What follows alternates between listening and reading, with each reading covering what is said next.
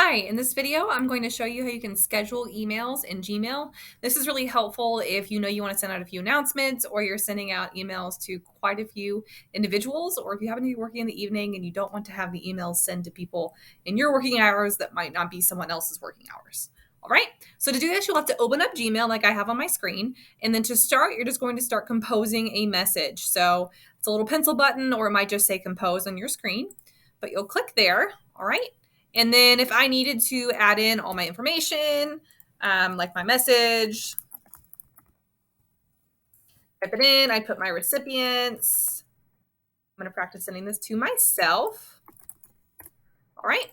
And instead of just clicking the send button like I usually would, what I'm going to do is right beside this, there's a little arrow by the send button. So it's on the same button. I'm going to click that and then schedule send.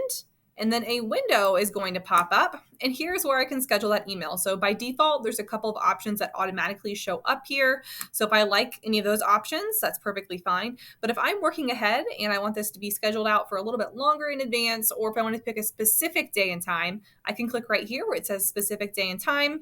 I can select the day, and then it automatically will put whatever time of day it is around right now. So I'm going to schedule that, and all I'm done after I pick my day and time, I click schedule send, and then it tells me that it's scheduled send. You'll get that little confirmation message. So it won't technically show up as your sent message, but it will open up a little folder here that says scheduled, where you can see all of the messages you have scheduled to send.